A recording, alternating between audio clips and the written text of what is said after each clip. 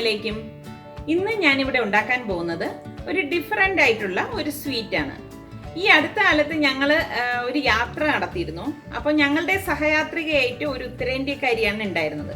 ഞാൻ ഈ ഫീൽഡിലാണെന്ന് അറിഞ്ഞപ്പോൾ ഒരുപാട് റെസിപ്പീസ് അവർ ഞാനുമായി ഷെയർ ചെയ്തു.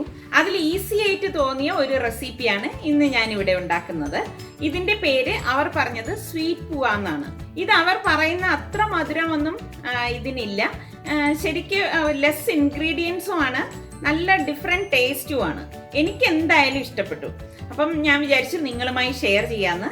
അപ്പം നമുക്ക് അതെങ്ങനെയാണ് തയ്യാറാക്കുന്നതെന്ന് നോക്കാം. ഈ സ്വീറ്റ് ഉണ്ടാക്കാൻ വേണ്ടി ഞാനിവിടെ 2 കപ്പ് മൈദ എടുത്തിട്ടുണ്ട്. 250 ml കപ്പാണ് 2 കപ്പ് ഞാനിവിടെ എടുത്തത്. പിന്നെ വേണ്ടത് 1 കപ്പ് റവയാണ്. ഞാനിവിടെ വറുത്ത റവയാണ് എടുത്തിരിക്കുന്നത്. 1 കപ്പ് പഞ്ചസാരയും എടുത്തിട്ടുണ്ട്. പിന്നെ ഇത് കുഴച്ചെടുക്കാൻ വേണ്ടിയിട്ട് 2 കപ്പ് വാം വാട്ടർ, അതായത് ചെറു ചൂടുവെള്ളമാണ് വേണ്ടത്. പിന്നെ 1 നുള്ളു ഉപ്പും നമ്മൾ ഇതിലേക്ക് ഇടും.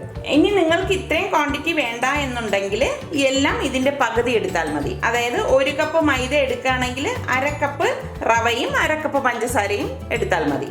അതുപോലെ കുഴച്ചെടുക്കാൻ വേണ്ടിയിട്ട് 1 കപ്പ് വെള്ളം യൂസ് ചെയ്താൽ മതിയാകും. അപ്പോൾ ഇതിപ്പോൾ ഞാൻ എങ്ങനെയാണ് കുഴച്ചെടുക്കുന്നതെന്ന് കാണിച്ചു തരാം. കുഴച്ചെടുക്കാൻ വേണ്ടിയിട്ട് ഒരു ബൗൾ എടുക്കണം. ഇതിലേക്ക് നമ്മൾ ഈ എടുത്തു വെച്ചിരിക്കുന്ന 2 കപ്പ് മൈദയും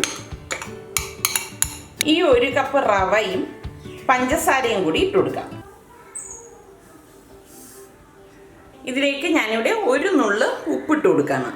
ഇനി ഇതെല്ലാം കൂട്ടിയിട്ട് ഒന്ന് മിക്സ് ചെയ്ത് കൊടുക്കാം.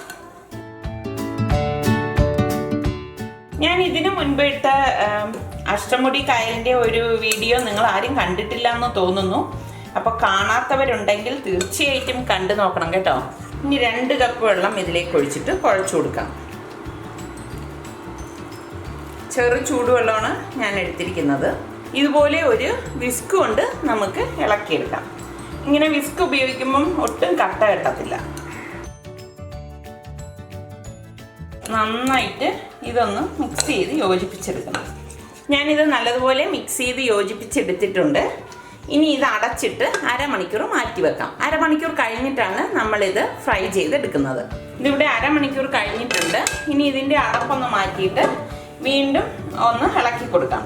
ഈ വിസ്ക് കൊണ്ട് തന്നെ നല്ലതുപോലെ ഒന്ന് ഇളക്കി കൊടുത്താൽ മതി. ഇതിവിടെ മിക്സ് ആയിട്ടുണ്ട്.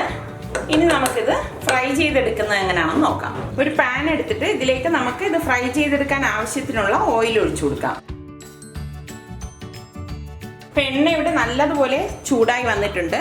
പിന്നെ ഞാൻ നിങ്ങളുടെ അടുത്ത് ഒരു കാര്യം പറയാൻ വിട്ടുപോയി. ഞാനിത് കലക്കിയപ്പോഴേക്ക് 1/4 ടീസ്പൂൺ ബേക്കിംഗ് പൗഡറും കൂടി ചേർത്താണ് കലക്കിയത്. ക്യാമറ ഓഫായിരുന്നത് ഞാൻ ശ്രദ്ധിച്ചില്ലായിരുന്നു. അപ്പം നിങ്ങൾ ഇതുപോലെ കലക്കുമ്പോൾ 1/4 ടീസ്പൂൺ ബേക്കിംഗ് പൗഡറും കൂടി ചേർത്ത് ഇതുപോലെ നന്നായിട്ട് കലക്കിയെടുത്താൽ മതി കേട്ടോ.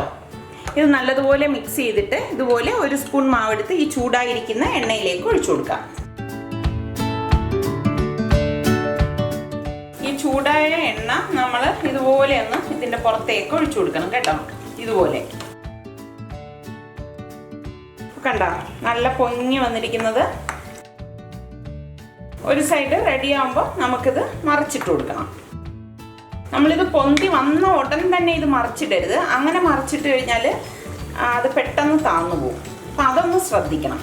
അതുപോലെ സ്പൂൺ കൊണ്ട് ഇതിങ്ങനെ അമർത്തി കൊടുക്കരുത് കേട്ടോ. അതിനെ ഫ്രീ ആയിട്ട് വിടണം. ഇതിങ്ങനെ ഈ എണ്ണയിലേക്ക് ഇങ്ങനെ ഓടി നടക്കും. ഒരു സമയം നമ്മൾ ഇതുപോലെ 1 സ്പൂൺ മാവ് ഒഴിച്ചിട്ട് ഉണ്ടാക്കുന്നതാണ് നല്ലത് കേട്ടോ. നല്ല ഗോൾഡൻ കളർ വരെ ഇത് തിരിച്ചും മറിച്ചു വിട്ട് നമ്മളിത് ഫ്രൈ ചെയ്തെടുക്കണം. പിന്നെ ശ്രദ്ധിക്കേണ്ട കാര്യം, ഇത് പൊന്തി വന്നു എന്ന് കരുതിയിട്ട് പെട്ടെന്ന് ഇത് എണ്ണയിൽ നിന്ന് എടുക്കരുത്. അങ്ങനെ എടുത്തു കഴിഞ്ഞാൽ അത് ശരിയാകത്തില്ല. നമ്മൾ മാവ് കോരി ഒഴിക്കുമ്പോൾ എണ്ണ എപ്പോഴും ചൂടായിരിക്കണം. അത് പ്രത്യേകം ശ്രദ്ധിക്കണം. ഇത്രയും മതി. ഇനി ഇത് എണ്ണയിൽ നിന്ന് മാറ്റാം.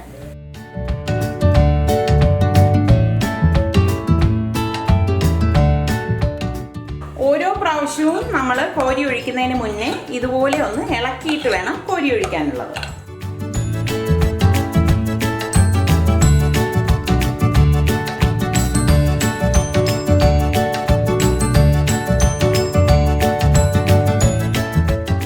വളരെ പെട്ടെന്ന് തന്നെ തയ്യാറാക്കിയെടുക്കാൻ പറ്റുന്ന സ്വീറ്റ് പൂവ് ഇവിടെ തയ്യാറായിട്ടുണ്ട്. അപ്പം ഇതിന് അധികം മധുരമൊന്നുമില്ല കേട്ടോ. അതുപോലെ നമ്മൾ ഫ്രൈ ചെയ്തെടുത്താലും ഇതുപോലെ നല്ല പഫായിട്ട് തന്നെ ഇരിക്കും. ശരിക്കും നല്ല ടേസ്റ്റ് ആണിത്. അപ്പം നിങ്ങൾ എല്ലാവരും ഇത് ട്രൈ ചെയ്ത് നോക്കണം. കുട്ടികൾക്കൊക്കെ ഇത് എന്തായാലും ഇഷ്ടപ്പെടും. അവർക്ക് നമുക്ക് ലഞ്ച് ബോക്സിലൊക്കെ കൊടുത്തുവിടാൻ പറ്റിയ നല്ല ഒരു സ്വീറ്റാണിത്. അപ്പം ട്രൈ ചെയ്ത് നോക്കി നിങ്ങൾക്ക് ഇത് ഇഷ്ടമാണെങ്കിൽ ഇതിൻ്റെ ലിങ്ക് ഷെയർ ചെയ്യുവാനും ലൈക്ക് ചെയ്യുവാനും കമൻറ്റ് ചെയ്യാനും മറക്കണ്ട. അതുപോലെ തന്നെ സലു കിച്ചൻ സബ്സ്ക്രൈബ് ചെയ്തിട്ടില്ലാത്തവരുണ്ടെങ്കിൽ ഈസി റെസിപ്പികൾക്കായി സലു കിച്ചൻ സബ്സ്ക്രൈബ് ചെയ്യാൻ മറക്കരുതേ.